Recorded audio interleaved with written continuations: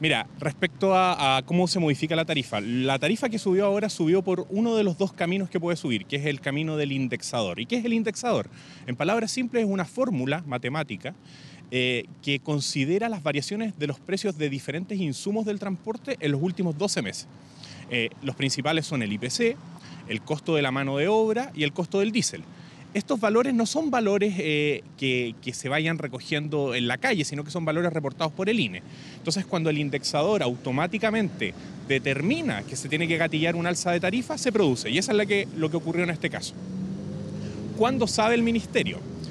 Estas alzas de tarifa se acumulan trimestralmente cuando son por indexador, es decir, lo que estamos viendo ahora es la modificación en el alza por indexador del trimestre octubre, noviembre, diciembre.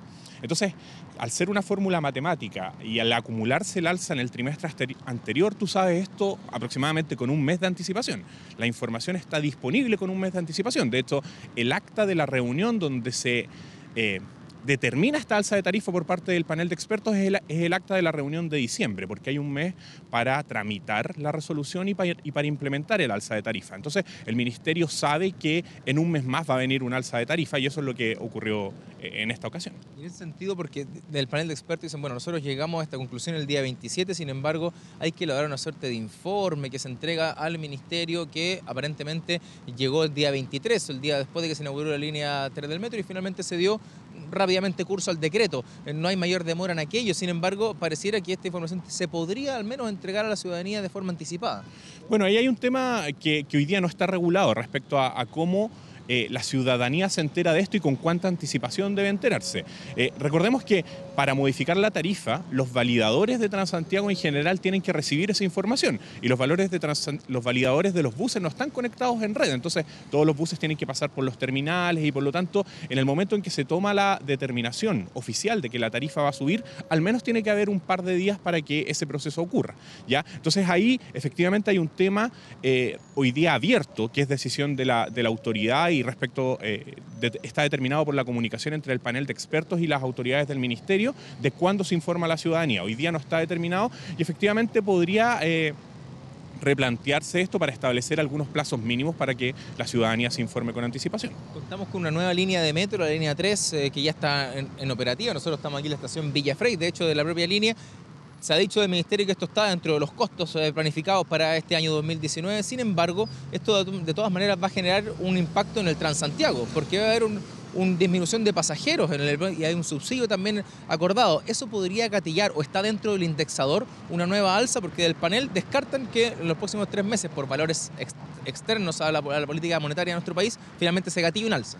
Mira, por indexador no se pueden producir modificaciones de tarifa por cambios en las demandas o por hechos como por ejemplo la apertura de una nueva línea de metro, pero sí se puede producir por el otro motivo que se gatillan las alzas, que es el déficit, ¿ya? El panel todos los trimestres hace una proyección con los ingresos que el sistema está proyectado para el próximo trimestre o el próximo año, sumándole el subsidio que está establecido a través de la ley de presupuesto, cómo va a funcionar el sistema y si el sistema va a requerir algún tipo de déficit. Ya en este caso, el panel ha dicho que no.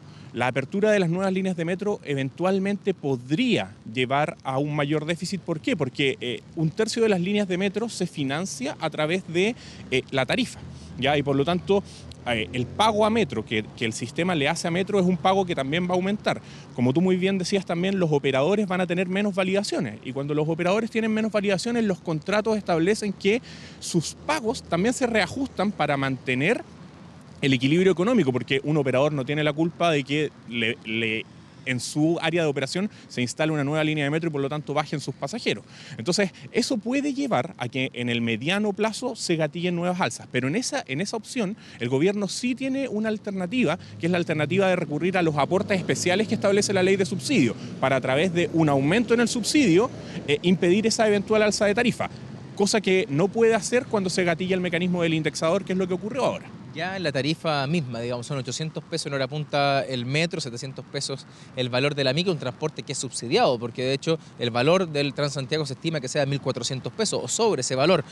Estamos al nivel de la calidad versus el precio, porque es el más caro de la región al menos, y sin embargo hay todavía deficiencias tanto en superficie como también en el tren subterráneo, porque a veces una falla de metro produce un caos en la ciudad.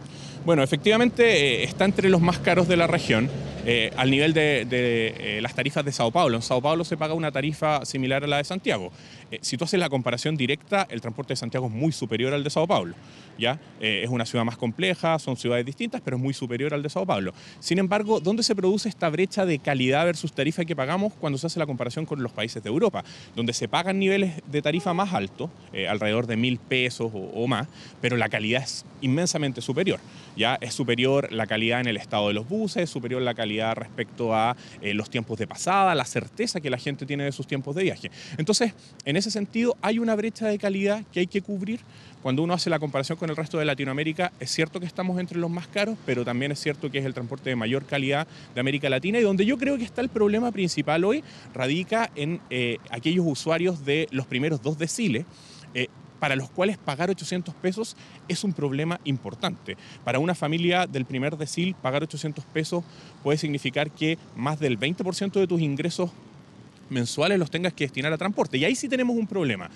La alternativa frente a eso es pensar en formas de focalizar el subsidio. Hoy día el subsidio es plano, es igual para todos los que usamos el Transantiago, pero hay formas donde parte de ese subsidio se podría focalizar. Eso nos podría ayudar también a reducir la evasión. Hay gente, dentro del gran grupo de los evasores, hay gente que no paga porque efectivamente pagar todos los días del año la tarifa impacta de forma muy importante su sueldo. Entonces, esos son algunos mecanismos que podríamos tratar de desarrollar.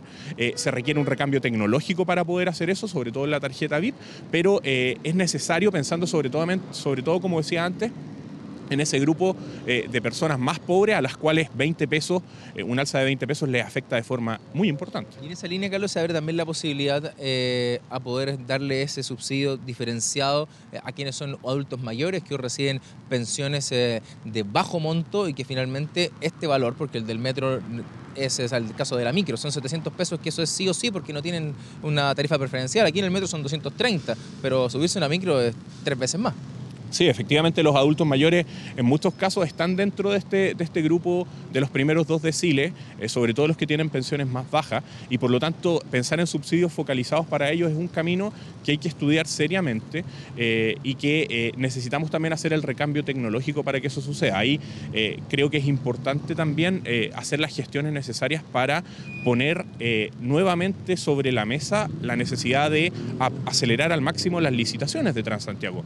Las licitaciones nos dan una oportunidad también para modificar las reglas del juego, los contratos, para que también no se produzcan estas presiones al alza que pueden producirse por déficit. Por indexador van a seguir ocurriendo, pero cuando existe estos aumentos en los costos del sistema, cuando a los operadores se les hace cada vez más caro operar, cuando tú tienes una nueva línea de metro hay que modificar los recorridos de forma estructural en el sistema, y para todo eso sirve una nueva licitación, y es allá hacia donde deberíamos avanzar con la mayor prioridad posible. Retomando lo que sucede con el panel de expertos, esta entidad finalmente que es la que fija la tarifa del transporte, debiese haber ahí también, hablábamos del tema de la comunicación hacia la ciudadanía, no está todavía normado, debiese haber también un cambio en la metodología de cómo funciona este panel en términos de las reuniones que se realizan, que sea todo más cercano, más amable, de manera que se pueda entregar esta información, o uno prever quizás, porque también en economía siempre es bueno prever, oye, en 3 meses más voy a gastar más en transporte. Mira, yo creo que es importante avanzar siempre en la mayor transparencia posible. Un ejemplo, las actas del panel de expertos hasta el día anterior al alza de tarifa no eran actualizadas desde el mes de septiembre, ¿ya? Yo creo que es absolutamente necesario que esa información esté disponible en la ciudadanía.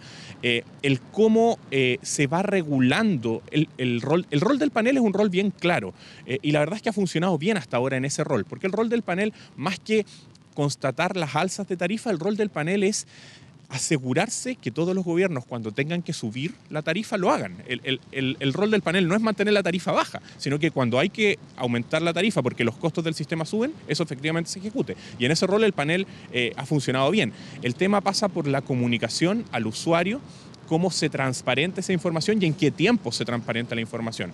Y en ese sentido, como decíamos antes, corresponde quizás evaluar y definir claramente cómo se va a poner a disposición de la ciudadanía esa información y en qué tiempo. Como te decía antes, esta alza de ahora era una alza que tú veías hace un mes ya que venía sí o sí. De hecho, 10 pesos de esta alza son 10 pesos que viendo las actas del panel se produjeron en el mes de octubre. Entonces, por lo tanto, hace 5 meses atrás casi, tú podías saber que al menos 10 pesos la tarifa iba a subir ahora en el mes de enero. Carlos Melo, académico de la Universidad de San Sebastián, nobleza obliga, ahí me equivoqué al inicio, gracias por acompañarnos estos minutos y nos despedimos con la imagen de lo que está ocurriendo aquí en el metro de Santiago, estación Villa Frey de la línea 3, ya poco a poco va aumentando el flujo de personas, estamos en horario punta, están los 800 pesos vigentes, si puede manejar sus tiempos, ojalá esperar hasta que volvamos a la tarifa Valle porque hay un descuento en el valor del pasaje del metro de Santiago.